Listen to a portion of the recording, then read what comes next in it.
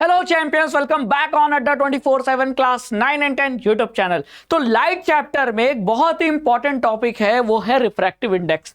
और refractive index पर आपको 1 से 2 क्वेश्चन मिलने वाला है, कंफर्म है आपके बोर्ड एग्जाम में क्वेश्चन आएगा। लेकिन कितने वैरायटी के क्वेश्चन बनते हैं और उनको कैसे सॉल्व किया जाए, इस पर मैं आज आपके लिए लेकर आया हूं इस टॉपिक पे क्वेश्चन के वन शॉट।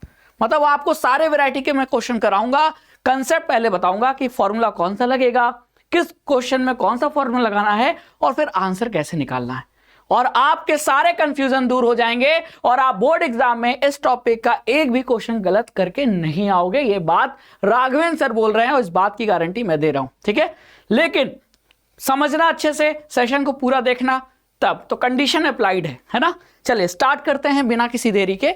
सबसे पहले इस टॉपिक में अगर हम बात करें तो एनसीईआरटी में एक टेबल दिया हुआ है, जैसा कि आप यहां देख रहे हैं, table number 10.3, absolute refractive index of some material media.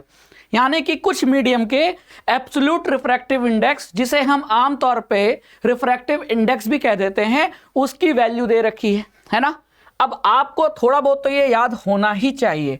Air का 1 होता है, ठीक है, आइस का 1.31, वाटर का 1.33, अल्कोहल का 1.36, केरोसिन का 1.44, ठीक है। फिर अगर हम बात करें यहाँ बेंजीन का 1.5, क्राउन ग्लास का 1.52, उसी तरह इधर रॉक साल्ट 1.54 है ना। फिर आपका डेंस फ्लिंट ग्लास, जिससे आपके लेंस बनाए जाते हैं, उसका 1.65, और सबसे ज्यादा किसका, डायमंड का। तो यहाँ एक चीज गौर करने वाली है कि जो मैक्सिमम रिफ्रैक्टिव इंडेक्स है वो है डायमंड का, कितना, 2.42, ठीक है।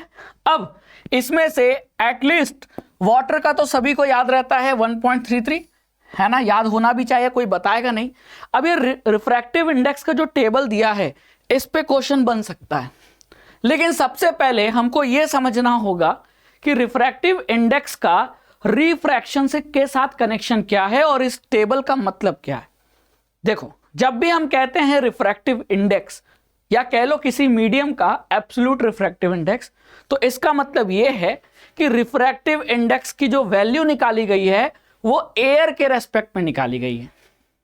यानी कि ये रिलेटिव वैल्यू होती है। कोई भी मीडियम में ये नहीं कह सकता कि डेंस है या रेयरर है। जैसे मान लो मैंने लिख दिया, बताओ ग्लास। अब मैं आपसे पूछ रहा हूं कि ग्लास मीडियम जो है वो डेंसर है कि रेयरर है। अब आप बताओ। तो आप कहोगे कि सर ये तो डेंसर है, क्योंकि आपके माइंड में चल रहा है वाटर, एयर। तो हां, अगर आप यहां ध्यान से देखो, एयर का रिफ्रैक्टिव इंडेक्स 1 है, वाटर का 1.33। लेकिन अगर ग्लास की बात करें तो अगर हम क्राउन ग्लास ले लें या फ्लिंट ग्लास ले लें, तो क्राउन ग्लास का 1.52। तो एयर और वाटर के रेस्पेक्ट में क्राउन ग्लास का रिफ्रैक्टिव इंडेक्स ज्यादा है, तो हम ये कह सकते हैं कि क्राउन ग्लास डेंसर है। लेकिन डायमंड के रेस्पेक्ट में, सैफायर के रेस्पेक्ट में, रूबी के रेस्पेक्ट में रिफ्रैक्टिव इंडेक्स ग्लास का क्या है, कम। तो इन तीनों मीडियम के रेस्पेक्ट में आपका यही मीडियम यानी यही ग्लास रेयरर है। यानी कि कोई भी मीडियम डेंसर भी हो सकता है, रेयरर भी हो सकता है, डिपेंड इस बात पे करता है कि आप उसे किस दूसरे मीडियम से कंपेयर कर रहे हैं। अगर मैं इस ग्लास को वाटर से कंपेयर करूं या एयर से कंपेयर करूं तो ये डेंसर कहलाएगा। लेकिन अगर इसे मैं डायमंड से कंपेयर करूं तो डायमंड डेंसर है, ग्लास रेयरर हो जाएगा। तो हर चीज रिलेटिव है। जैसे पूरी दुनिया में हर चीज तुलना करने पर हम बता सकते हैं। कोई बच्चा अच्छा है पढ़ने में, खराब है, ये कंपेरेटिव होता है ना। तो उसी तरह मीडियम डेंसर है या रेयरर है, इसका पता आप रिफ्रैक्टिव इंडेक्स से लगाते हो। और उसी रिफ्रैक्टिव इंडेक्स को जब हम एयर के रेस्पेक्ट में कैलकुलेट करते हैं, किसी मीडियम का रिफ्रैक्टिव इंडेक्स अगर हम एयर के रेस्पेक्ट में कैलकुलेट करते हैं, तो उसी रिफ्रैक्टिव इंडेक्स को हम एब्सोल्यूट रिफ्रैक्टिव इंडेक्स कहते हैं। इसका मतलब अगर आपको यहां वाटर का रिफ्रैक्टिव इंडेक्स 1.33 है, तो इसका मतलब ये कि वाटर का एयर या वैक्यूम के रेस्पेक्ट में जो रिफ्रैक्टिव इंडेक्स है वो है 1.33। तो ये सभी एयर या वैक्यूम के रेस्पेक्ट में बताया गया। क्लियर। तो एयर का कितना होता है, एयर का रिफ्रैक्टिव इंडेक्स होता है 1, तो अगर एयर का 1 है तो वाटर का इसके कंपैरिजन में 1.33, बेंजीन का एयर के रेस्पेक्ट में 1.5, सब तुलनात्मक है, कंपैरेटिव है। इतनी बात समझ में आ गई? ठीक है। अब जो मीडियम, जिस मीडियम का रिफ्रैक्टिव इंडेक्स जितना ज्यादा होगा वो मीडियम उतना ज्यादा डेंसर होता है, और जिस मीडियम का रिफ्रैक्टिव इंडेक्स जितना कम हो वो उतना रेयरर होता है। ठीक है। अब जैसा मैं इन दोनों को कंपेयर करूं, कनाडा बाल्सम और रॉक सॉल्ट, तो कौन डेंसर है कौन रेयरर है? तो आपने देखा रॉक सॉल्ट का रिफ्रैक्टिव इंडेक्स ज्यादा है, तो ये कनाडा बाल्सम के रेस्पेक्ट में डेंसर होगा, और कनाडा बाल्सम का रॉक सॉल्ट के कंपैरिजन में रिफ्रैक्टिव इंडेक्स कम है तो ये रेयरर होगा। तो एक ही मीडियम किसी दूसरे के रेस्पेक्ट में डेंसर भी हो सकता है और किसी दूसरे मीडियम के रेस्पेक्ट में रेयरर भी हो सकता है। वो रेयरर होगा या डेंसर होगा इसका पता रिफ्रैक्टिव इंडेक्स से लगेगा। बात समझ में आ गई? ठीक है। अब रिफ्रैक्टिव इंडेक्स पे जो न्यूमेरिकल्स बनते हैं वो न्यूमेरिकल 3 फॉर्मूले से सॉल्व किए जा सकते हैं। पहला फॉर्मूला ये है, sin i upon sin r equal to refractive index of second medium with respect to first medium, जिसे हम स्नेल्स लॉ के नाम से भी जानते हैं। अब ये फॉर्मूला कब लगाना है और कैसे क्वेश्चन इस पे पूछे जाएंगे? मान लो आपको दे दिया कि ये मीडियम 1 है और ये मीडियम 2 है, और लाइट किधर से किधर जा रही थी? मीडियम 1 से 2 में जा रही थी। ठीक है। अब ये दोनों मीडियम का इंटरफेस है जहां दोनों मीडियम मिल रहे हैं, मैंने यहां पर एक नॉर्मल ड्रॉ कर दिया। ठीक है। अब नॉर्मल के साथ इंसिडेंट रे का एंगल आई हो गया। अब इस रे को जाना था सीधे, लेकिन ये क्या हो गई? नॉर्मल की तरफ बेंड हुई। क्यों बेंड हुई? इसलिए क्योंकि सेकंड मीडियम का रिफ्रैक्टिव इंडेक्स ज्यादा रहा होगा फर्स्ट मीडियम से, यानी सेकंड मीडियम डेंसर है, तो जब भी लाइट रेयरर से डेंसर की तरफ जाएगी तो वो नॉर्मल की तरफ बेंड होगी। अब ये कौन सी रे हो गई? रिफ्रैक्टेड रे। अब रिफ्रैक्टेड रे ने ये नॉर्मल के साथ जो एंगल बनाया ये आपका एंगल आर है। ठीक है। अब मैं अगर इस सेकंड मीडियम का फर्स्ट मीडियम के रेस्पेक्ट में अगर मुझे रिफ्रैक्टिव इंडेक्स निकालना है तो ये n21 का मतलब समझ में आया? n21 का मतलब refractive index of second medium with respect to first medium. तो मैं कैसे निकालूंगा? तो अगर आपको एंगल I की वैल्यू दे रखी है, गिवन है, एंगल R की वैल्यू गिवन है, तो अगर ये एंगल गिवन है तो इनकी साइन की वैल्यू निकल जाएगी। हाँ निकल जाएगी सर। ठीक है। और फिर साइन का रेशियो लोगे, sine I upon sine R, तो उस रेशियो को जब आप कैलकुलेट करोगे तो वही रेशियो जो निकल कर आएगा वही तो होगा refractive index of second medium with respect to 1, है ना। अब यहां 3 चीजें हैं, I, R और रिफ्रैक्टिव इंडेक्स। तो 3 में कोई भी 2 चीज देकर तीसरी चीज पूछा जा सकता है। आपको I और R दे दिया, रिफ्रैक्टिव इंडेक्स पूछ लिया मीडियम का, या मीडियम का रिफ्रैक्टिव इंडेक्स दे दिया, R की वैल्यू दे दी, I की वैल्यू पूछ ली, या I की वैल्यू देकर रिफ्रैक्टिव इंडेक्स की वैल्यू देकर आपको R की वैल्यू पूछ ली। कुछ भी पूछा जा सकता है। बात समझ में आई? लेकिन ये ध्यान रखना कि ये जो भी वैल्यू आएगी वो हमेशा कांस्टेंट होगी for a given pair of medium. अगर आपने मीडियम फिक्स कर रखा है तो ये रिफ्रैक्टिव इंडेक्स की वैल्यू हमेशा ही कांस्टेंट आएगी, फिक्स आएगी, बदलेगी नहीं। बदलेगी तभी जब आप मीडियम चेंज करो। जैसे मैंने 1, 2 की जगह 1, 3 कर दिया, यानी मैंने किसी दूसरा मीडियम को ले लिया, तब जाकर ये रिफ्रैक्टिव इंडेक्स की वैल्यू चेंज हो जाएगी, क्योंकि तब ये एंगल भी चेंज हो जाएगा। बात समझ में आ गई है ना? क्लियर? और अगर एक केस और ले लूं मैं, एक केस और, क्या?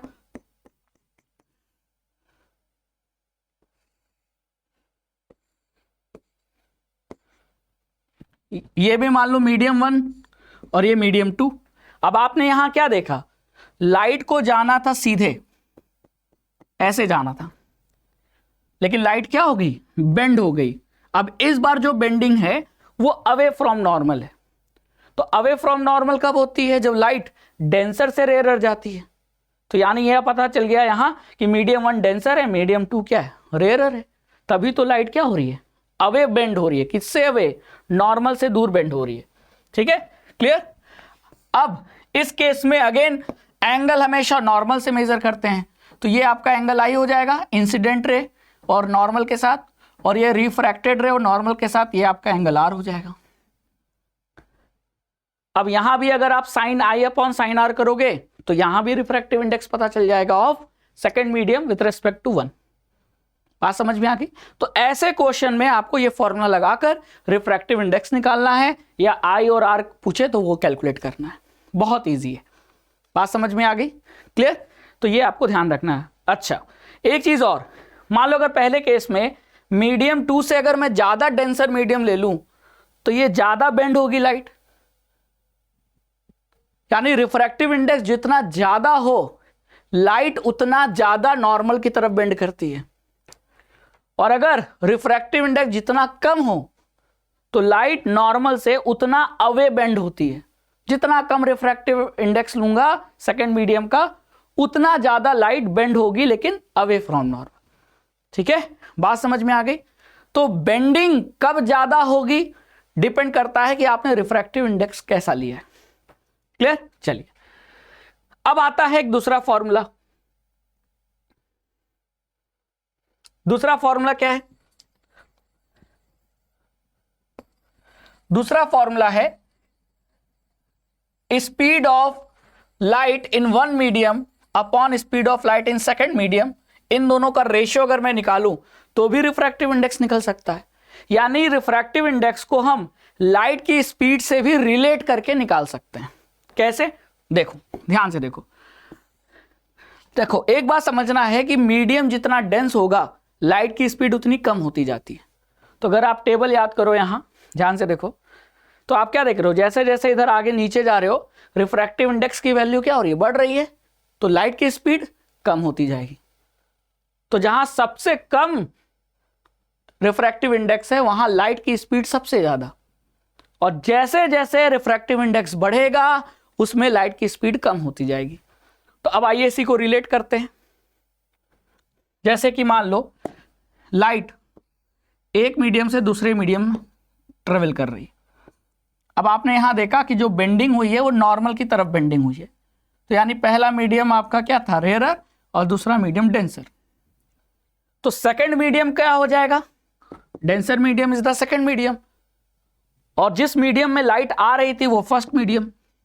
तो अगर मुझे सेकंड मीडियम का रिफ्रैक्टिव इंडेक्स निकालना है फर्स्ट के रेस्पेक्ट में, तो मैं क्या करूंगा, तो मैं फर्स्ट मीडियम में लाइट की क्या स्पीड थी, तो पहला मीडियम क्या था, पहला मीडियम लेते हैं 1, तो मीडियम 1 में जो लाइट की स्पीड थी अपॉन मीडियम 2 में जो लाइट की स्पीड है वो, उसका रेशियो निकालूंगा तब निकलेगा। अक्सर क्या बच्चे करते हैं, यहां गलती क्या होती है, क्योंकि आप सेकेंड मीडियम का रिफ्रैक्टिव इंडेक्स निकाल रहे हो फर्स्ट मीडियम के रेस्पेक्ट में, तो बच्चे अक्सर क्या करते हैं, क्योंकि इधर पहले आपने सेकेंड मीडियम को कंसीडर किया है, तो रेशियो निकालते समय भी ऊपर बच्चा क्या करता है, सेकेंड मीडियम में जो लाइट की स्पीड है उसको रख देता है, और तब आंसर गलत हो जाता है। अगर आप सेकेंड मीडियम का निकाल रहे हो फर्स्ट के रेस्पेक्ट में, तो फर्स्ट मीडियम में लाइट की क्या स्पीड होगी आप ऊपर रखोगे, और सेकेंड मीडियम में लाइट की क्या स्पीड होगी उसे नीचे रखोगे। जैसे मान लो मैं इसको ऐसे भी पूछ सकता हूं, जैसे यहां लाइट की स्पीड मान लेते हैं कितना है, c, ठीक है, c मतलब 3 × 10⁸ मीटर पर सेकेंड। क्लियर? अब सेकेंड मीडियम में लाइट की स्पीड कितनी है, c/2, है ना। तो अब मुझे क्या करना है, अगर रिफ्रैक्टिव इंडेक्स सेकेंड मीडियम का निकालना है, किसके रेस्पेक्ट में, फर्स्ट मीडियम के रेस्पेक्ट में, तो मैं क्या रेशियो लूंगा। अब आप बताइए, मैं c/c/2 रखूं कि मैं c/2/c करूं। तो मुझे क्या करना है, मुझे आपने देखा सेकेंड मीडियम का फर्स्ट के रेस्पेक्ट में रिफ्रैक्टिव इंडेक्स निकालना है, तो फर्स्ट मीडियम में जो लाइट की स्पीड है अपॉन सेकेंड मीडियम में जो लाइट की स्पीड है वो रखूंगा। ये सही है। कई बच्चे क्या करेंगे, c/2/c करेंगे, ये हो जाएगा उनका गलत, है ना, क्योंकि अगर आपका दूसरा मीडियम डेंस है तभी तो लाइट की स्पीड कम हो गई, और दूसरा मीडियम ज्यादा डेंस है फर्स्ट के रेस्पेक्ट में, तो वैल्यू जो रिफ्रैक्टिव इंडेक्स की है वो 1 से ज्यादा आएगी। तो अगर आप ये करोगे तब देखो 1 से ज्यादा आ रही है, लेकिन इस केस में कहां 1 से ज्यादा आ रही है, इसका मतलब ये तरीका गलत है। ठीक है, अगर मैं इसको ऐसे कर दूं तो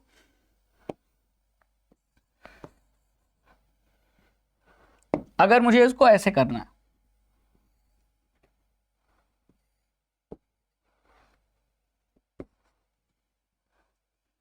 अब बताइए अब क्या होगा। आपको दोनों मीडियम में लाइट की स्पीड दे रखी है c/2 इसमें, और सेकंड मीडियम में जो आपका है वो आपका c। तो अब बताइए आप रिफ्रैक्टिव इंडेक्स निकालेंगे तो कैसे निकालेंगे। अब आप ये देख रहे हो, अब आप ये देख लो ध्यान से कि अब आपका जो पहला मीडियम है वो ये हो जाएगा, क्योंकि जिधर से लाइट आ रही है वही तो पहला मीडियम होगा। अब लाइट जा किधर रही है, वो आपका सेकंड मीडियम। तो एरो पे भी ध्यान देना बहुत जरूरी है। डन। अब पहला मीडियम क्या हो गया, ये ऊपर वाला सेकंड मीडियम।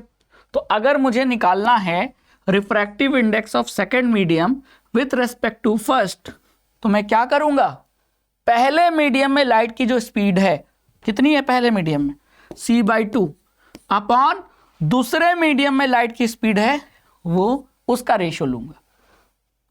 अब आपका ये सही है। तो सारा कुछ डिपेंड करता है कंसेप्ट पे। तो ध्यान रखना जब भी आप n/1 यहां लिखा है, इसका मतलब refractive index of second medium with respect to 1। तो जिसके रेस्पेक्ट में निकाल रहे हैं उसमें जो लाइट की स्पीड है वो ऊपर रखोगे, और जिस मीडियम का आप निकाल रहे हो उसमें लाइट की स्पीड को नीचे रखोगे। ठीक है, क्लियर। अब आप ही बताइए जरा कि अगर मीडियम 1 मीडियम 2 में से एक मीडियम में ले लेता हूं क्या, एयर, तो यही फॉर्मूला ऊपर वाला फॉर्मूला थोड़ा सा बदल जाएगा। कैसे बदलेगा मैं बता रहा हूं, ध्यान से देखना। अगर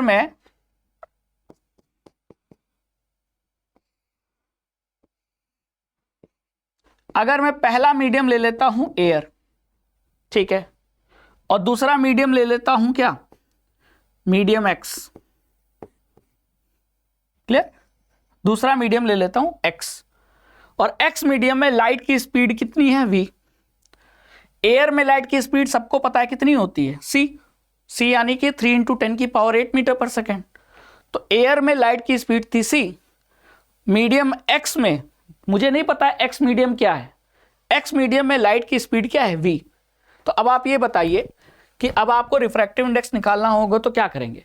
तो यहां सेकंड मीडियम क्या है x, तो refractive index of second medium with respect to first medium यानी एयर, क्या लिखोगे आप, speed of light in first medium, medium 1 क्या है एयर, एयर में लाइट की स्पीड कितनी है c, upon speed of light in medium second, और सेकंड मीडियम में लाइट की स्पीड क्या है v।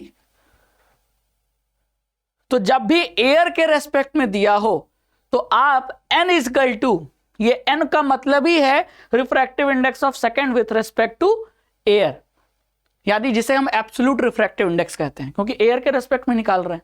तो n बराबर c/v से भी आंसर निकाल सकते हो। अब यहां आपको ये तो पता है c की वैल्यू फिक्स है। अब दो चीजें हैं, रिफ्रैक्टिव इंडेक्स मीडियम का और उस मीडियम में लाइट की स्पीड, दोनों में से कोई एक दे देगा, अगली चीज पूछ लेगा। तो ये तीसरा फॉर्मूला है ना, बात समझ में आ गई। तो ये जो तीसरा फॉर्मूला है वो इसी फॉर्मूले से बना है। तो n equal to c/v, v देकर c पूछ ले, मतलब सॉरी n पूछ ले, या n देकर v पूछ ले। v मतलब मीडियम में लाइट की स्पीड, और जिस मीडियम की बात कर रहे हैं उस मीडियम का रिफ्रैक्टिव इंडेक्स वो n। तो ये तीन फॉर्मूले से आपके सारे क्वेश्चन सॉल्व हो जाएंगे। तो चले अब क्वेश्चन पे रेडी हो जाओ, पेन पेपर लेके बैठ जाओ, क्योंकि अगले कुछ समय बहुत इंपॉर्टेंट है, क्योंकि आपके ये सारे क्वेश्चन जो इस टॉपिक पर आते हैं सारे बनेंगे। ठीक है, चलिए स्टार्ट करते हैं पहले क्वेश्चन से। चल पहला question, the refractive index of crown glass is 1.52 and that for kerosene is 1.44 with respect to air. ठीक है, what is the refractive index of crown glass with respect to kerosene. यानी कि आपका क्राउन ग्लास का refractive index दे रखा है, किसके रेस्पेक्ट में। अब जब सीधे लिखा हो, हमने पढ़ा है कि क्राउन ग्लास का कितना होता है 1.52, तो जब ऐसा लिखा हो कि रिफ्रैक्टिव इंडेक्स इसी मीडियम का ये है, तो जाहिर सी बात है वो किसके रेस्पेक्ट में हम बता रहे हैं, एयर के रेस्पेक्ट में। मतलब ये जो लिखा है वो एब्सोल्यूट रिफ्रैक्टिव इंडेक्स लिखा है, ठीक है। तो क्राउन ग्लास का रिफ्रैक्टिव इंडेक्स एन कितना है 1.52, क्लियर। तो ये एयर के रेस्पेक्ट में है, ठीक है। फिर केरोसिन का कितना है, तो आपने देखा सर केरोसिन का लिखा है 1.44, तो ये केरोसिन का एयर के रेस्पेक्ट में है, ये क्राउन ग्लास का एयर के रेस्पेक्ट में है। अब आपसे क्या पूछा है, what is the refractive index of crown glass with respect to kerosene. तो जब कभी भी ऐसा क्वेश्चन आए तो आपको क्या करना है, सिंपल सा, जिसका पूछा है उसकी वैल्यू ऊपर और जिसके रेस्पेक्ट में पूछा है उसकी वैल्यू नीचे। तो यहां किसका पूछा है, what is the refractive index of crown glass. तो देखने ही से लग रहा है कि क्राउन ग्लास का रिफ्रैक्टिव इंडेक्स पूछा है, तो मैं क्राउन ग्लास का रिफ्रैक्टिव इंडेक्स कितना है 1.52, ये मैं लिख दूंगा ऊपर। विथ रेस्पेक्ट टू केरोसिन, किसके रेस्पेक्ट में, केरोसिन के रेस्पेक्ट में। तो केरोसिन का कितना है 1.44, इसको मैं लिख दूंगा नीचे। अब इन दोनों रिफ्रैक्टिव इंडेक्स का जो रेशियो आएगा वो किसका रेशियो होगा, वो रेशियो होगा refractive index of crown glass with respect to kerosene. मतलब इन दोनों का मैं रेशियो निकालूंगा तो वो रेशियो की जो वैल्यू आएगी वो वैल्यू होगी refractive index of crown glass with respect to kerosene की। तो ये आपका आंसर है। अब इसको सॉल्व कर लो, आपका जो भी आंसर आता है वही इस क्वेश्चन का आंसर है। तो यहां लॉजिक क्या है, यहां कंसेप्ट क्या है, जिस मीडियम का रिफ्रैक्टिव इंडेक्स पूछेगा उसकी वैल्यू ऊपर और जिसके रेस्पेक्ट में पूछेगा उसकी वैल्यू नीचे, ठीक है। अब इसी फॉर्मेट पे एक क्वेश्चन और देता हूं, आप इसको सॉल्व कर लेना। अब इसमें तो कुछ बचा है नहीं, ऑब्जेक्टिव क्वेश्चन आ गया तो 4 ऑप्शन में जो दिखा रहे हैं टिक कर देना, और सब्जेक्टिव आए तो पूरा सॉल्व करके दिखा देना एग्जामिनर को स्टेप वाइज, पूरे के पूरे नंबर मिलेंगे। चलो next, refractive index of benzene is 1.5। तो बेंजीन का जो एन है, एन की वैल्यू कितनी है 1.5, and that for alcohol is 1.36। Alcohol का कितना है 1.36। अब क्वेश्चन में क्या पूछा है, what is the refractive index of benzene with respect to alcohol. तो यहां 2 क्वेश्चन बन सकता था, बेंजीन का अल्कोहल के रेस्पेक्ट में बताओ या अल्कोहल का बेंजीन के रेस्पेक्ट में बताओ, है ना। तो ऐसे क्वेश्चन का तरीका मैंने आपको बता दिया कि जिसका पूछे उसकी रिफ्रैक्टिव इंडेक्स की वैल्यू ऊपर और जिसके रेस्पेक्ट में पूछे उसके रिफ्रैक्टिव इंडेक्स की वैल्यू नीचे। तो किसका पूछा है, what is the refractive index of benzene, benzene का पूछा है। तो बेंजीन का कितना होता है 1.5 होता है विथ रेस्पेक्ट टू अल्कोहल, किसके रेस्पेक्ट में, अल्कोहल के रेस्पेक्ट में। तो अल्कोहल का कितना होता है 1.36। तो दोनों का रेशियो ले लिया, ये आपका आंसर आ गया, है ना, यही आपका आंसर है। लेकिन अगर किसका पूछा जाता, अल्कोहल का किसके रेस्पेक्ट में, बेंजीन के रेस्पेक्ट में, तो अल्कोहल का रिफ्रैक्टिव इंडेक्स में ऊपर लिखता 1.36 और किसके रेस्पेक्ट में पूछा है बेंजीन के, तो बेंजीन का रिफ्रैक्टिव इंडेक्स 1.5 वो मैं नीचे रखता। तो कंसेप्ट यही है, जिसका पूछेगा उसका वैल्यू ऊपर और जिसके रेस्पेक्ट में तो उसके वैल्यू नीचे, ठीक है। तो ये रहा आपके इस क्वेश्चन का आंसर। आगे चलें नेक्स्ट क्वेश्चन पे, चलिए नेक्स्ट क्वेश्चन पढ़िए ध्यान से और बताइए क्या होगा आंसर। तो इस बार बोर्ड एग्जाम पर करेंगे वार और बेहतरीन क्वेश्चन आपको करा रहा हूं, ऐसे क्वेश्चन जिससे क्वेश्चन आने का चांस है, एक्चुअली में ऐसे क्वेश्चन पूछे जाते हैं वही क्वेश्चन करा रहा हूं।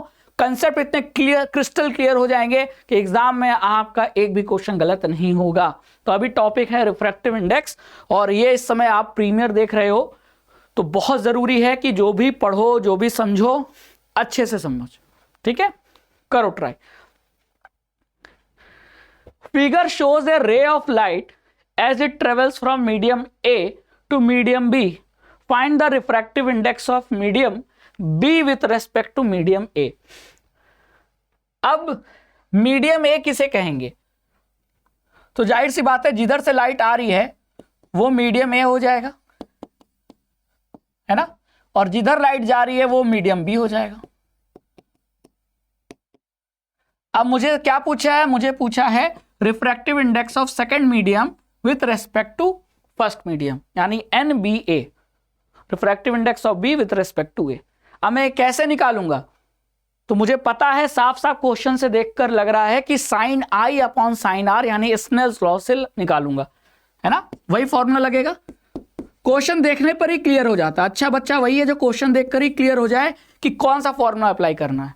तो मैं अच्छा बच्चा हूं, आप भी अच्छे बच्चे हो, क्वेश्चन देखकर समझ में आ गया। अच्छा, एंगल आई की वैल्यू दी है, एंगल आर की वैल्यू दी है, तो sine I upon sine R से निकल जाएगा।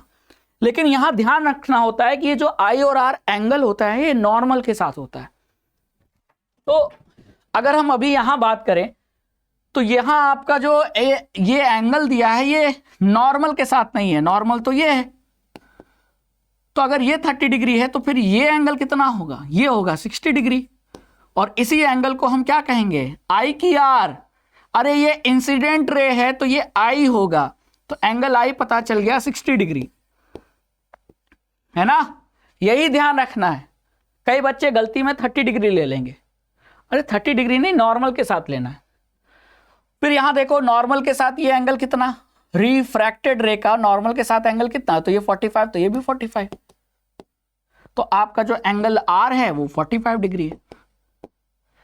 ठीक है, तो इससे मैं क्या लिख सकता हूं? साइन आई, आई कितना है? Sine 60 degree upon sine R, sine कितना है? आर कितना है? 45, तो ये हो गया साइन 45 डिग्री। साइन 60 की वैल्यू कितनी होती है? √3/2। और साइन 45 की क्या होती है? 1/√2। क्लियर? अब मैं इसे सॉल्व करूंगा तो √3/2 और ये 1/√2, तो √2 ऊपर जाएगा।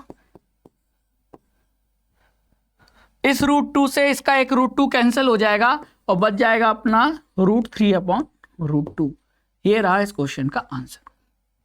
ठीक है, तो जहां जहां बच्चा गलती कर सकता था वो सारा पॉइंट मैंने आपको बता दिया कि पहली बात एंगल नॉर्मल से कैलकुलेट करते हैं। ठीक है, फर्स्ट मीडियम कौन है, सेकंड मीडियम कौन है, वो डिसाइड कर लो। कई बार इसमें बच्चे क्या करेंगे, इसको आई ले लेंगे एंगल, इसको आर ले लेंगे। अरे इंसिडेंट रे कौन सी है वो पहचानो। तो इंसिडेंट रे का नॉर्मल के साथ एंगल इंसिडेंट एंगल होगा, यानी आई होगा। तो आई आपका 60 होगा, ना कि 45 होगा। समझ में आई बात? तो लाइट, इस टाइप के क्वेश्चन में लाइट किधर से किधर ट्रेवल कर रही है एरो देख लेना। मैं इस पॉइंट को खास तौर से बता रहा हूं। हो सकता था लाइट ऐसे आकर ऐसे जाती, तब ये आपका एंगल आई हो जाता। तो ऐसी छोटी गलतियां आपको बोर्ड एग्जाम में नहीं करनी है। तो आपको आता है, बस एग्जाम में क्या होता है, कई बार कुछ बच्चे 100 बच्चों में मान लो 30-40 बच्चे गलत एंगल लेकर सॉल्व कर देते हैं, आंसर गलत हो जाता है। तो आता सभी 100 बच्चों को था, लेकिन 30-40 का गलत क्यों हुआ? थोड़ा सा कंसेप्ट वो भूल गए। तो कंसेप्ट से नहीं कॉम्प्रोमाइज करना है, तो आपका फुल के फुल मार्क्स मिलेंगे। अगले क्वेश्चन पे चले, चलो। क्या बोला है यहां? Figure shows a ray of light which travels from medium A to medium B if the refractive index of medium B relative to A is √3, find the angle of refraction, यानी R की वैल्यू बतानी है। ठीक है, अब are की वैल्यू बतानी है तो ये क्वेश्चन भी कैसे सॉल्व होगा? उसी फॉर्मेट पे, n equal to NBA equal to sine I upon sine R. इसी फॉर्मेट पे होगा, इसी फॉर्मूले से होगा ना। अब आपका NBA की वैल्यू दे रखा है, refractive index of second medium with respect to A, मतलब medium B with respect to A कितना दे रखा है? √3। तो आप यहां क्या रखोगे? √3 रखोगे। चलो यहां मैं √3 रख देता हूं। अब आ जाते हैं साइन आई। आई कितना है? तो आपका आई पहचानने के लिए पहले इंसिडेंट रे पहचानो। तो ये रहा इंसिडेंट रे, इसने नॉर्मल के साथ ये जो एंगल बनाया है यही तो एंगल आई होगा, है ना। और अगर ये 30 डिग्री है तो ये कितना होगा? 60 डिग्री। तो आई पता चल गया 60, तो यहां मैं क्या लिखूंगा? साइन आई, आई कितना है? 60। फिर ये हो जाएगा अपॉन साइन आर। क्लियर?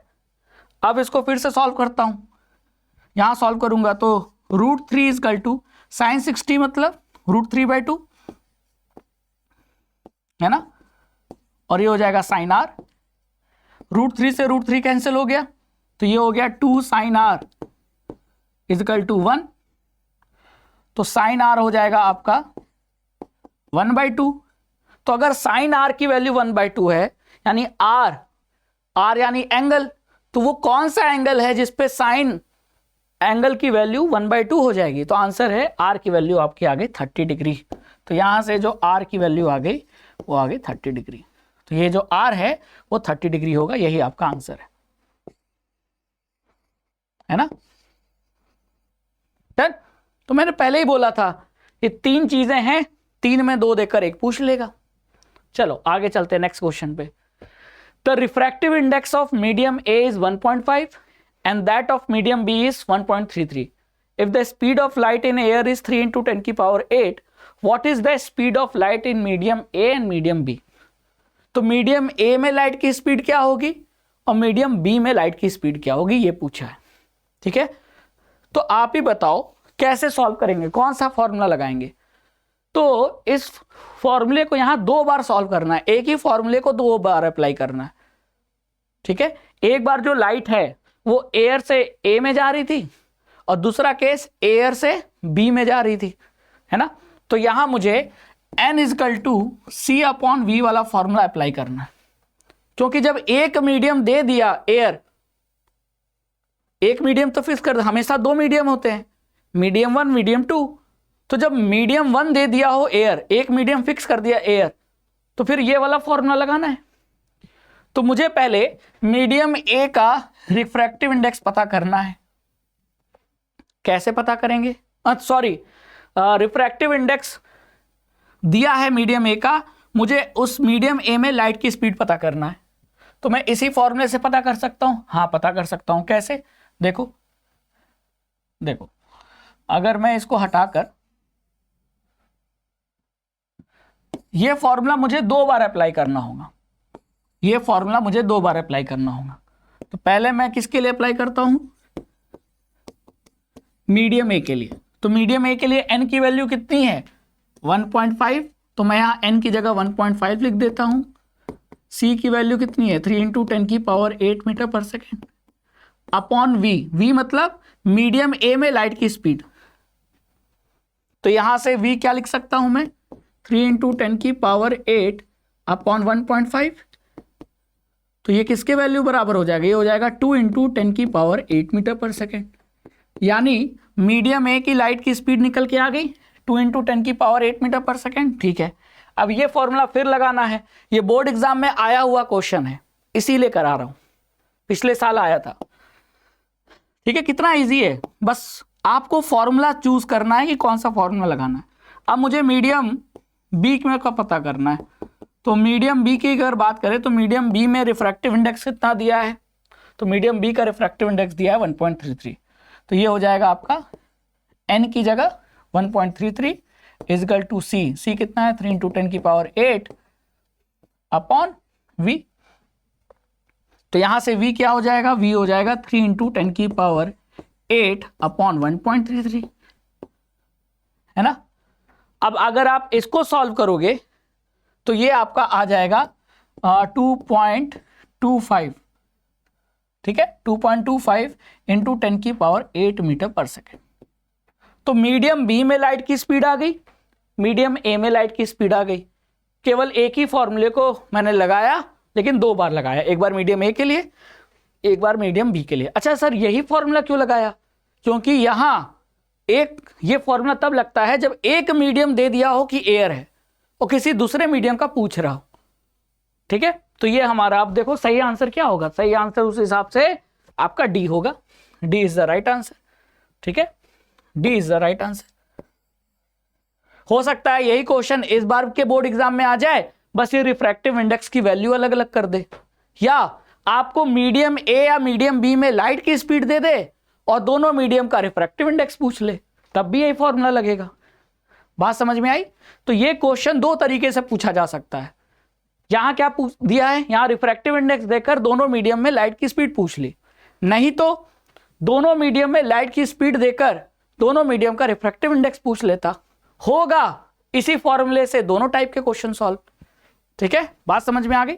चलिए नेक्स्ट क्वेश्चन पे चलते हैं। नेक्स्ट क्वेश्चन बहुत ही प्यारा क्वेश्चन है, मैं चाहूंगा कि आप इसे ट्राई करो। 2 मिनट दे रहा हूं, करो try. What will be the correct increasing order of speed of light in medium P, Q, R and S। मतलब 4 मीडियम है, चारों मीडियम में अगर लाइट की स्पीड का एक इंक्रीजिंग ऑर्डर बनाया जाए तो वो करेक्ट इंक्रीजिंग ऑर्डर क्या होगा। और आपको टेबल में दिया है सारे मीडियम का रिफ्रैक्टिव इंडेक्स। तो रिफ्रैक्टिव इंडेक्स को स्पीड से लिंक करना है। तो कंसेप्ट क्या कहता है, कंसेप्ट ये कहता है, कितना प्यारा क्वेश्चन है, कितना प्यारा क्वेश्चन है। आपके लिए मैंने स्पेशली बनाया है, इसीलिए आप देख पा रहे हो कि मैंने हाथ से क्वेश्चन लिखा है, क्योंकि माइंड में मैंने सोचा कि ऐसे क्वेश्चन आ जाएंगे तो बच्चे क्लीन बोल्ड ना हो, बच्चे क्वेश्चन को आसानी से अटेम्प्ट कर लें, तो कराना जरूरी है। अब देखो कंसेप्ट ये कहता है कि रिफ्रैक्टिव इंडेक्स जितना ज्यादा होगा उस मीडियम में लाइट की स्पीड उतनी कम होगी, है ना। तो यहां सबसे ज्यादा रिफ्रैक्टिव इंडेक्स, यानी रिफ्रैक्टिव इंडेक्स का स्पीड के साथ डायरेक्ट नहीं इनवर्स रिलेशन है। जितना ज्यादा रिफ्रैक्टिव इंडेक्स उतनी कम लाइट की स्पीड, है ना। क्योंकि आप ही बताओ, जो मीडियम है वो डेंसर होता जाएगा, घना होता जाएगा, तो लाइट की स्पीड कम होती जाएगी। आप रास्ते में जा रहे हो, रास्ते में बहुत सारा ट्रैफिक है, घना ट्रैफिक है, तो लाइट की स्पीड क्या, आपकी स्पीड कम हो जाएगी। तो उसी तरह लाइट ज्यादा डेंसर मीडियम में जा रहा है तो लाइट की स्पीड कम हो जाएगी। तो अगर मैं रिफ्रैक्टिव इंडेक्स का इंक्रीजिंग ऑर्डर बनाऊं तो सबसे कम रिफ्रैक्टिव इंडेक्स किसका, R का, उससे ज्यादा P का, उससे ज्यादा S का, और सबसे ज्यादा Q का। तो ये तो रिफ्रैक्टिव इंडेक्स का इंक्रीजिंग ऑर्डर है। अब मैं स्पीड का इंक्रीजिंग ऑर्डर बनाऊं तो जहां सबसे ज्यादा रिफ्रैक्टिव इंडेक्स वहां स्पीड सबसे कम, और जहां सबसे कम रिफ्रैक्टिव इंडेक्स वहां की स्पीड सबसे ज्यादा। तो यानी इसका रिवर्स ऑर्डर होगा, बिल्कुल होगा। तो सबसे जो कम लाइट की स्पीड होगी वो Q में होगी, Q से ज्यादा S में, S से ज्यादा P में, P से ज्यादा R में। तो हमसे increasing order of speed of light पूछा था, ठीक है। तो सबसे कम है Q, Q से ज्यादा है S, S से ज्यादा है P, P से ज्यादा है R। सबसे ज्यादा लाइट की स्पीड R में, सबसे कम Q में। तो ये आपका आंसर होगा C।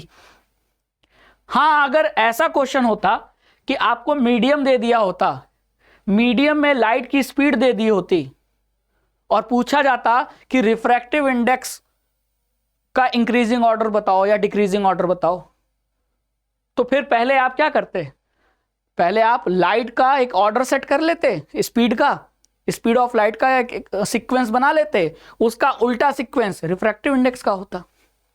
यहां क्या किया था, रिफ्रैक्टिव इंडेक्स देकर स्पीड ऑफ लाइट का सीक्वेंस पूछा था, इंक्रीजिंग या डिक्रीजिंग ऑर्डर हमको पूछा था। यहां तो इंक्रीजिंग ऑर्डर पूछा है, एग्जाम में डिक्रीजिंग ऑर्डर भी पूछ सकता था। तो ध्यान रखना, रिफ्रैक्टिव इंडेक्स और स्पीड में इनवर्स रिलेशन होता है। जितना ज्यादा रिफ्रैक्टिव इंडेक्स उतनी कम स्पीड लाइट की। तो इस कंसेप्ट से हमने पहले रिफ्रैक्टिव इंडेक्स का इंक्रीजिंग ऑर्डर बनाया, तो उसके रिस्पॉन्स में मुझे inverse relation speed of light का मिल गया, इंक्रीजिंग ऑर्डर। है कि नहीं, बहुत इजी क्वेश्चन है, बहुत प्यारा क्वेश्चन। आगे चलें तो यहां 2 तरीके से क्वेश्चन आ सकता है, या तो स्पीड देकर रिफ्रैक्टिव इंडेक्स का सीक्वेंस पूछ ले, या रिफ्रैक्टिव इंडेक्स देकर स्पीड का इंक्रीजिंग या डिक्रीजिंग ऑर्डर पूछ ले।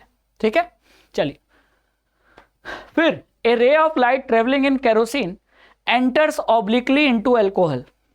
यानी लाइट किस में ट्रेवल कर रही थी, केरोसिन में। तो पहला मीडियम कौन हो गया, केरोसिन। फिर वो लाइट एंटर करती है किस में, अल्कोहल में। तो सेकंड मीडियम क्या हो गया, अल्कोहल।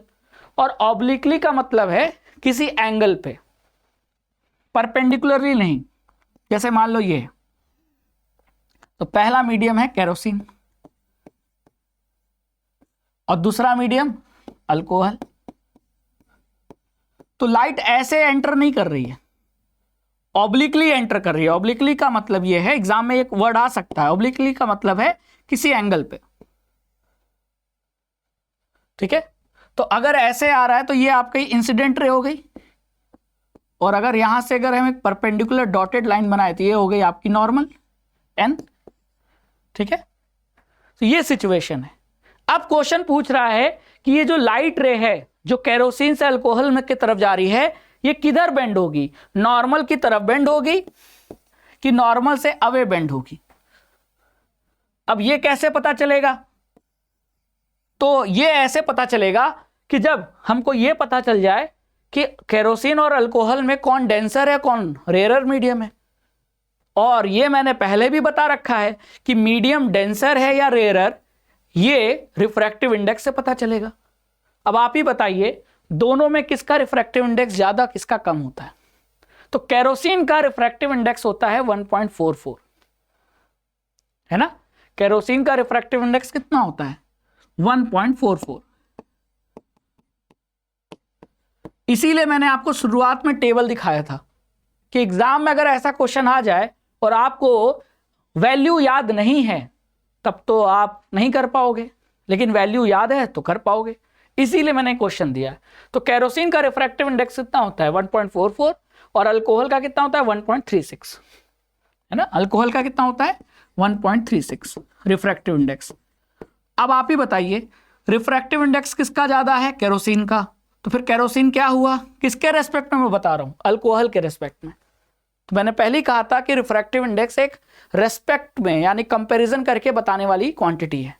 तो अल्कोहल के रेस्पेक्ट में केरोसिन का रिफ्रैक्टिव इंडेक्स ज्यादा है, इसका मतलब केरोसिन क्या होगा, डेंसर मीडियम। और अल्कोहल का रिफ्रैक्टिव इंडेक्स कम है तो ये रेयरर मीडियम। तो इसका मतलब लाइट किधर से किधर जा रही है, डेंसर से रेयरर। तो जब भी लाइट डेंसर से रेयरर की तरफ जाती है तो बेंडिंग किधर होती है, तो जब भी लाइट डेंसर से रेयरर जाती है, जो लाइट की बेंडिंग होती है वो अवे फ्रॉम नॉर्मल होती है। लाइट रे will bend away from normal. बात समझ में आई। और अगर आपका सेकेंड मीडियम ज्यादा डेंसर होता, ठीक है, और केरोसिन के रेस्पेक्ट में ज्यादा डेंसर होता, तो ये लाइट किधर बेंड होती, नॉर्मल की तरफ यानी टुवर्ड्स नॉर्मल बेंड होती। तो क्वेश्चन में पूछा था डज लाइट रे बेंड टुवर्ड्स नॉर्मल और अवे फ्रॉम नॉर्मल, तो आंसर है अवे फ्रॉम नॉर्मल। क्यों, क्योंकि लाइट डेंसर से रेयरर जा रही है। कैसे पता किया हमने, हमको दोनों मीडियम दिया था और दोनों मीडियम का हमको रिफ्रैक्टिव इंडेक्स पता था, और रिफ्रैक्टिव इंडेक्स को कंपेयर करके हमने डेंसर और रेयरर डिसाइड कर लिया और बता दिया आंसर। इसीलिए कहा था कि रिफ्रैक्टिव इंडेक्स याद होना चाहिए। लेकिन अगर यहां अल्कोहल की जगह डायमंड हो तो सर डायमंड का रिफ्रैक्टिव इंडेक्स तो केरोसिन से ज्यादा है, तब आपका ये डेंसर हो जाएगा, केरोसिन रेयरर हो जाएगा, और तब उस केस में लाइट किधर बेंड होगी, टुवर्ड्स नॉर्मल, है कि नहीं। ऐसे क्वेश्चन, तो क्वेश्चन भले ही कैसा पूछ ले, कंसेप्ट तगड़ा होना चाहिए। चलो आगे चलते हैं नेक्स्ट क्वेश्चन पे। बहुत प्यारा क्वेश्चन है, ऑब्जेक्टिव क्वेश्चन है। आपको ए बी सी डी दे रखा है, तीनों में जो पहला, चारों में पहला मीडियम एयर है, और फिर जो दूसरा मीडियम है उसे यहां ए कहा है, यहां बी, यहां सी, यहां D. In which of the following option does the bending of light रे इज लीस्ट, कहां सबसे कम बेंडिंग होगी। अब देखो सब में पहला मीडियम एयर है, अब दूसरे मीडियम का हर जगह रिफ्रैक्टिव इंडेक्स यहां 1.65 एयर से ज्यादा है, यहां 1.34 एयर से रिफ्रैक्टिव इंडेक्स ज्यादा है, क्योंकि एयर का रिफ्रैक्टिव इंडेक्स कितना होता है, आपने टेबल में देखा था 1 होता है। तो यहां 1.34 मतलब ये आपका रेयरर है, ये डेंसर मीडियम, यहां 1.65 है तो ये डेंसर हो गया, ये रेयरर। एयर का 1, इसका 1.34, तो यानी ये रेयरर, ये डेंसर। एयर का 1, यहां 1.5 तो ये भी डेंसर, ये रेयरर। यहां मीडियम 1.44 है, मतलब ये रेयरर हो गया, ये डेंसर हो गया, है ना। हर केस में जो लाइट है, चारों डायग्राम में लाइट रेयरर से डेंसर की तरफ जा रही है, तो बेंडिंग किधर होगी, टुवर्ड्स नॉर्मल। अब बेंडिंग टुवर्ड्स नॉर्मल ज्यादा भी होगी कम भी होगी, तो पूछा है कम कहां होगी, सबसे कम कहां होगी। तो सबसे कम वहां होगी जहां रिफ्रैक्टिव इंडेक्स डेंसर मीडियम का यानी सेकंड मीडियम का सबसे कम है, क्योंकि जितना ज्यादा रिफ्रैक्टिव इंडेक्स होगा मीडियम उतना ज्यादा डेंसर होगा और लाइट को वो उतना ज्यादा ही नॉर्मल की तरफ बेंड करेगा। तो सबसे ज्यादा बेंडिंग कहता तो सबसे ज्यादा बेंडिंग वहां होती जहां रिफ्रैक्टिव इंडेक्स सबसे ज्यादा है, तो यहां लाइट ज्यादा बेंड करेगा। लेकिन जहां रिफ्रैक्टिव इंडेक्स सबसे कम है, कहां, यहां, तो यहां लाइट की बेंडिंग सबसे कम होगी। तो ऑप्शन क्या होगा, बी, है ना। अब इसी क्वेश्चन को मैंने दूसरे तरीके से पूछा, वही सेम क्वेश्चन है, बस मैंने लीस्ट की जगह मैक्सिमम कि सबसे ज्यादा बेंडिंग कहां होगी। अब बताइए आपका आंसर क्या होगा। तो सबसे ज्यादा बेंडिंग वहां होगी जहां सबसे ज्यादा रिफ्रैक्टिव इंडेक्स है मीडियम का। तो सभी में ए बी सी डी चारों मीडियम में सबसे ज्यादा रिफ्रैक्टिव इंडेक्स कहां है, आपका ये है। तो सबसे ज्यादा बेंडिंग यहां होगी, तब इस क्वेश्चन का आंसर क्या होगा, ए होगा। बात समझ में आ गई। बेंडिंग किधर होगी और कितना होगी, दो चीजें हैं, टुवर्ड्स नॉर्मल या अवे फ्रॉम नॉर्मल। ये तो हो गई किधर होगी, लेकिन टुवर्ड्स नॉर्मल ज्यादा होगी या कम, ये डिपेंड करता है रिफ्रैक्टिव इंडेक्स पे, है ना। चलिए नेक्स्ट क्वेश्चन पे चलते हैं। आपका स्पीड ऑफ लाइट दे रखा है मीडियम में, किसी मीडियम में लाइट की स्पीड है 2.2 इंटू 10⁸ मीटर पर सेकेंड। वो मीडियम कौन सा है। तो ये क्वेश्चन तो आपने कभी ट्राई नहीं किया होगा, मैंने बनाया है। आप ये बताइए, उस मीडियम में लाइट की स्पीड दे रखा है, तो वो मीडियम बताना है। तो मीडियम बताओगे कैसे, तो पहले उस मीडियम का रिफ्रैक्टिव इंडेक्स निकालो। तो रिफ्रैक्टिव इंडेक्स कैसे निकलेगा, बताइए कौन सा फॉर्मूला लगेगा। सिंपल सा है, n=c/v। आपको v दे रखा है, v मतलब लाइट की स्पीड मीडियम में दे रखा है, c की वैल्यू आपको पता ही है, तो मीडियम का रिफ्रैक्टिव इंडेक्स निकल जाएगा, हाँ निकल जाएगा। तो ये मैं लिखूंगा c की जगह 3 × 10⁸ मीटर पर सेकेंड अपॉन v की जगह 2.2 इंटू 10⁸ मीटर पर सेकेंड। तो अगर ये कट गया, 3/2.2 करेंगे तो ये हो जाएगा डेसिमल, ये हटा दो, ये हो जाएगा 15, ये हो जाएगा 11। अब 11 को 15 को 11 से डिवाइड करेंगे, 1 टाइम जाएगा, ये हो जाएगा 4.0, 3 टाइम जाएगा 33, ये आ जाएगा 1.36। अब 1.36 n की वैल्यू कितनी आ गई, 1.36। किसका होता है रिफ्रैक्टिव इंडेक्स 1.36। अब टेबल याद हो तो 1.36 रिफ्रैक्टिव इंडेक्स किसका होता है, अल्कोहल का होता है। तो इसका आंसर क्या होगा, अल्कोहल होगा। ठीक है, बढ़िया क्वेश्चन था ना। चलिए क्लियर। अब ये क्वेश्चन मैं आपको होमवर्क दे रहा हूं, ट्राई करना। ये क्वेश्चन आपको मैं क्या दे रहा हूं, होमवर्क, कि ट्राई इट, क्योंकि ये प्रीवियस ईयर बोर्ड एग्जाम में आया हुआ है और मैं इस क्वेश्चन का आंसर बताऊंगा किसी ना किसी सेशन में। ठीक है, क्लियर, समझ में आ गया। तो ये था आज का सेशन, जिसमें हमने बहुत इंपॉर्टेंट टॉपिक रिफ्रैक्टिव इंडेक्स के जितने वैरायटी के क्वेश्चन बन सकते हैं, स्पेशली न्यूमेरिकल्स, वो मैंने आपको कराया। तो आई होप कि आपको सेशन अच्छा लगा होगा। सेशन को अगर आप फिर से देखना चाहो तो जरूर देख लेना रिवीजन के लिए, और आपको सारे कंसेप्ट मैंने क्लियर कर दिए हैं। तो thank you so much session से जुड़ने के लिए। अगला सेशन जल्दी ही आएगा, तब तक बने रहिए और राघवेंद्र सर की हर एक क्लास को अटेंड कीजिए, मिस मत कीजिए, क्योंकि रिवीजन चालू है और बोर्ड एग्जाम में आपको टॉपर बनना है। तो राघवेंद्र सर का साथ आपको हमेशा मिलेगा। तो थैंक यू सो मच बच्चों, जय हिंद।